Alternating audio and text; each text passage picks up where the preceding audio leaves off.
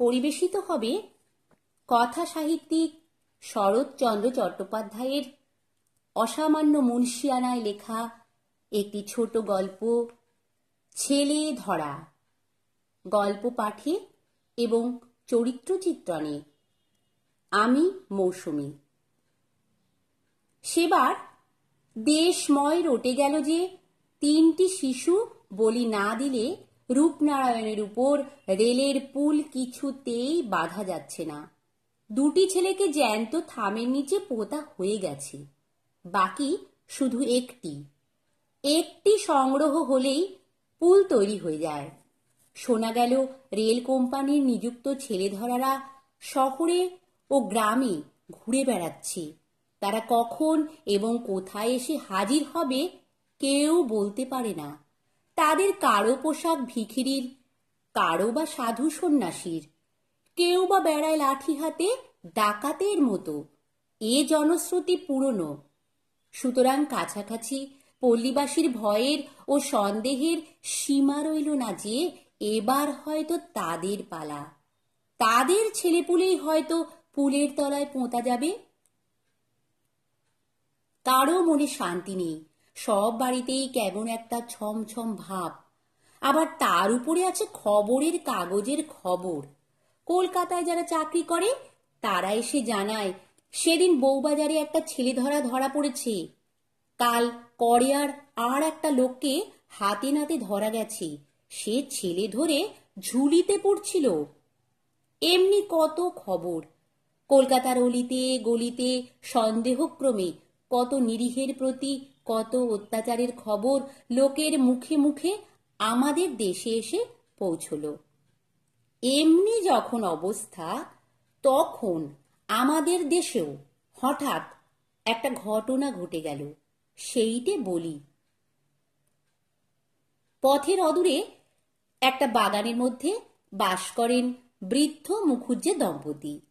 ছেলেপুলে নেই, কিন্তু সংসারে ও সাংসারিক সকল ব্যাপারে আসক্তি 18 আনা।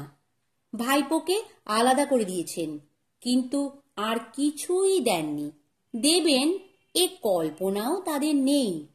সে এসে মাঝে মাঝে দাবি করে ঘটি বাটি তৈজসপত্র। খুঁড়ি চেঁচিয়ে হাট বাঁধিয়ে দিয়ে লোকজন জড়ো করেন, বলেন হিরু আমাদের মারতে এসেছিল।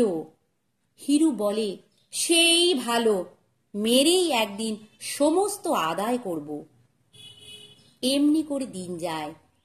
সেদিন সকালে ঝগড়ার চূড়ান্ত হয়ে গেল। হিরু উঠোনে দাঁড়িয়ে বললে, শেষ বেলা বলছি খুড়ো, আমার ন্যায্য পাওনা দেবে কিনা বলো। খুড়ো বললেন, তোর কিছুই নেই। নেই না, আদায় করে আমি ছাড়ব। খুড়ি রান্নাঘরে কাজে ছিলেন, বেরিয়ে এসে বললেন, তাহলে যা, তোর বাবাকে ডেকে আনগে। হিরু বললে, আমার বাবা স্বর্গে গেছেন, তিনি আসতে পারবেন না। আমি গিয়ে তোমাদের বাবাদের ডেকে আনব। তাদের কেউ হয়তো বেঁচে আছে, তারা এসে চুল চিরে আমার বখরা ভাগ করে দেবে। তারপর মিনিট 2 ধরে উভয় পক্ষে যে ভাষা চলল তা লেখা চলে না। যাবার আগে হিরু বলে গেল, আজই এর একটা হেস্তনেস্ত করে তবে ছাড়ব, এই তোমাদের বলে গেলুম, সাবধান। রান্নাঘর থেকে খুড়ি বললেন, তোর ভারী ক্ষমতা, যা পারিস করগে। হিরু এসে হাজির হলো রায়পুরে। ঘর কয়েক গরিব মুসলমানদের পল্লী। মহরমের দিনে বড় বড় লাঠি ঘুরিয়ে তারা তাজিয়া বার করে। লাঠি তেলে পাকানো, গাঁটে গাঁটে পেতল বাঁধানো। এই থেকে অনেকের ধারণা তাদের মতো লাঠি খেলোয়াড় এ অঞ্চলে মেলে না। তারা পারে না এমন কাজ নেই, শুধু পুলিশের ভয়েই শান্ত হয়ে থাকে। হিরু বললে, বড় মিয়া, এই নাও 2টি টাকা আগাম, তোমার আর তোমার ভাইয়ের। কাজ উদ্ধার করে দাও, আরো বকশিস পাবে। টাকা 2টি হাতে নিয়ে লতিফ মিয়া হেসে বললে, কি কাজ বাবু? হিরু বললে, এ দেশে কে না জানে তোমাদের দু ভাইয়ের কথা। লাঠির জোরে বিশ্বাসদের মতো জমিদারি হাসিল করে দিয়েছ। তোমরা মনে করলে পারো না কি? বড় মিয়া চোখ টিপে বললে, চুপ চুপ বাবু, থানার দারোগা শুনতে পেলে আর রক্ষে থাকবে না। বীরনগর গ্রামখানায় যে দুভাইয়ে দখল করে দিয়েছি, এ যে তারা জানে। কেউ চিনতে পারেনি বলেই তো সে যাত্রা বেঁচে গেছি। হিরু আশ্চর্য হয়ে বললে, কেউ চিনতে পারেনি? লতিফ বলে, পারবে কি করে? মাথায় ইয়া পাগড়ি বাঁধা, গালে গালপাট্টা, কপালে কপাল জোড়া সিঁদুরের ফোঁটা, হাতে 6 হাতি লাঠি। লোকে ভাবলে হিঁদুর জমপুরি থেকে যমদূত এসে হাজির হলো। চিনবে কি? কোথায় পালালো তার ঠিকানা রইল না। হিরু তার হাতখানা ধরে ফেলে বললে, বড় মিয়া, এই কাজটি আর একবার তোমাকে করতে হবে দাদা। আমার খুড়ো তবু যা হোক 2 ভাগের ভাগ দিতে চায়, কিন্তু খুড়ি বেটি এমনি শয়তান যে একটা চুমকি ঘটিতে পর্যন্ত হাত দিতে দেয় না। ওই পাগড়ি গালপাট্টা আর সিঁদুর মেখে লাঠি হাতে একবার গিয়ে উঠোনে দাঁড়াবে, তোমাদের ডাকাতে হুমকি একবার ঝাড়বে, তারপর দেখে নেব কিসে কি হয়। আমার যা কিছু পাও না ফেঁড়ে বার করে আনবো, ঠিক সন্ধ্যার আগে, ব্যাস। লতিফ মিয়া রাজি হলো। লতিফ মামুদ দুভাই সাজ পোশাক করে আজই গিয়ে খুড়োর বাড়িতে হানা দেবে ঠিক হয়ে গেল। পিছনে থাকবে হিরু। একাদশী। সারাদিনের পর দাওয়ায় ঠাঁই করে দিয়েছেন জগদম্বা। মুখুজ্জে মশাই বসেছেন জলযোগে, সামান্য ফলমূল ও দুধ। বেতো ধাত, একাদশীতে অন্নাহার সহ্য হয় না। পাথরের বাটিতে ডাবের জলটুকু মুখে তুলেছেন। এমন সময় দরজা ঠেলে ঢুকলো 2 ভাই, লতিফ আর মামুদ। ইয়া পাগড়ি, ইয়া গালপাট্টা, হাতে 6 হাতি লাঠি, কপাল জোড়া সিঁদুর মাখানো। মুখুজ্জের হাত থেকে পাথরের বাটি দুম করে পড়ে গেল। জগদম্বা চিৎকার করে উঠলেন, ওগো পাড়ার লোক, কে কোথায় আছো? এসো গো, ছেলে ধরা ঢুকেছে। সুমুখের ছোট মাঠটায় ঘর কেটে ছোট ছোট ছেলের দল রোজ ফিঙে খেলে, আজও খেলছিল। তারা চেঁচাতে চেঁচাতে যে যেখানে পারলে ছুট দিলে, ওগো ছেলে ধরা এসেছে, অনেক ছেলে ধরে নিয়ে যাচ্ছে। হিরু সঙ্গে এসেছিল বাড়ি চিনিয়ে দিতে, দৌড়ের আড়ালে লুকিয়েছিল। সে চাপা গলায় বললে, আর দেখো কি মিয়া, পালাও, পাড়ার লোক ধরে ফেললে আর রক্ষে নেই, বলেই নিজে মারলে ছুট। লতিফ মিয়া শহরের আর কিছু না শুনে থাক, ছেলে ধরার জনশ্রুতি তাদের কানে এসেও পৌঁছেছে। চোখের পলকে বুঝলে এ অজানা জায়গার এরূপ বেশে এই সিঁদুর মাখা মুখে ধরা পড়লে দেহের একখানা হাড়ও আস্ত থাকবে না। সুতরাং তারাও মারল ছুট। কিন্তু ছুটলে হবে কি?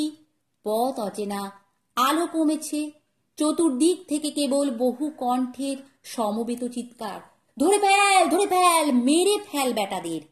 ছোট ভাই মামুদ কোথায় পালালো ঠিকানা নেই, কিন্তু বড় ভাই লতিফকে সবাই ঘিরে ফেললে। সে প্রাণের দায় কাঁটা বন ভেঙে লাফিয়ে পড়ল একটা ডোবায়। তারপর সবাই পাড়ে দাঁড়িয়ে ছুটতে লাগলো ঢিল। যেই মাথা তোলে অমনি মাথায় পড়ে ঢিল। আবার সে মারে ডুব, আবার ওঠে, আবার মাথায় পড়ে ঢিল। লতিফ মিয়া জল খেয়ে আর ইট খেয়ে আধমরা হয়ে পড়ল। সে যতই হাত জোর করে বলতে চায় সে ছেলে ধরা নয়, ছেলে ধরতে আসেনি, ততই লোকের রাগ আর সন্দেহ বেড়ে যায়। তারা বলে, নইলে ওর গালপাট্টা কেন, ওর পাগড়ি কিসের জন্য, ওর মুখময় এত সিঁদুর এলো কোথা থেকে? পাগড়ি তার খুলে গেছে, গালপাট্টা একধারে ঝুলছে, কপালের সিঁদুর জলে ধুয়ে মুখ ময় লেগেছে। এইসব কথা সে পাড়ের লোকেদের বলেই বা কখন, শোনেই বা কে?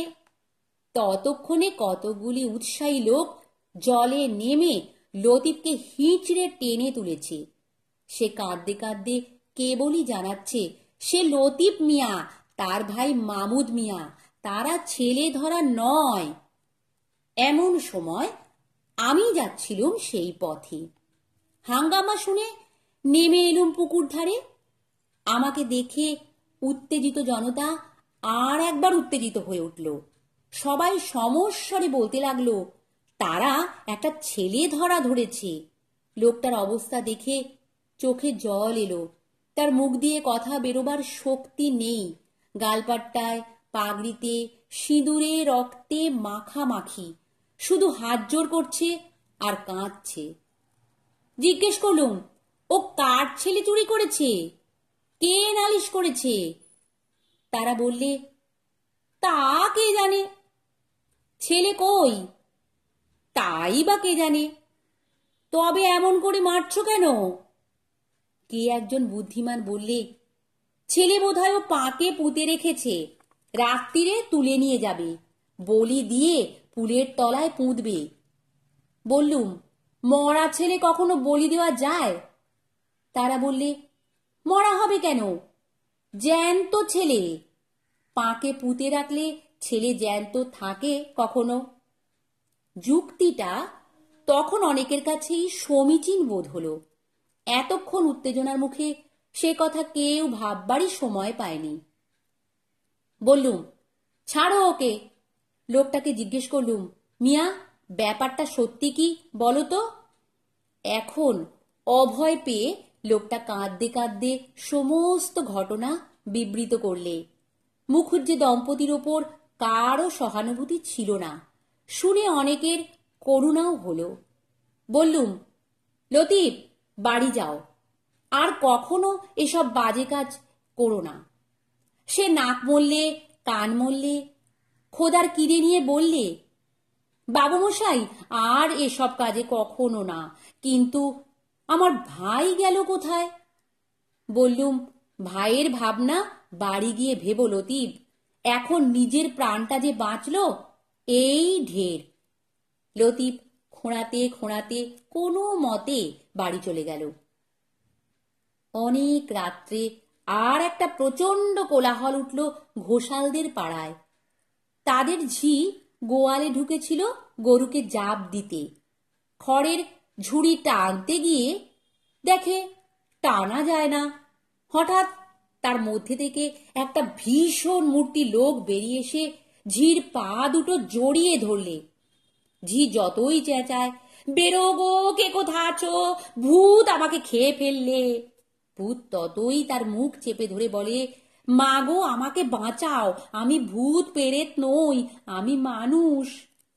চিৎকারে বাড়ির কর্তা আলো নিয়ে লোকজন নিয়ে এসে উপস্থিত।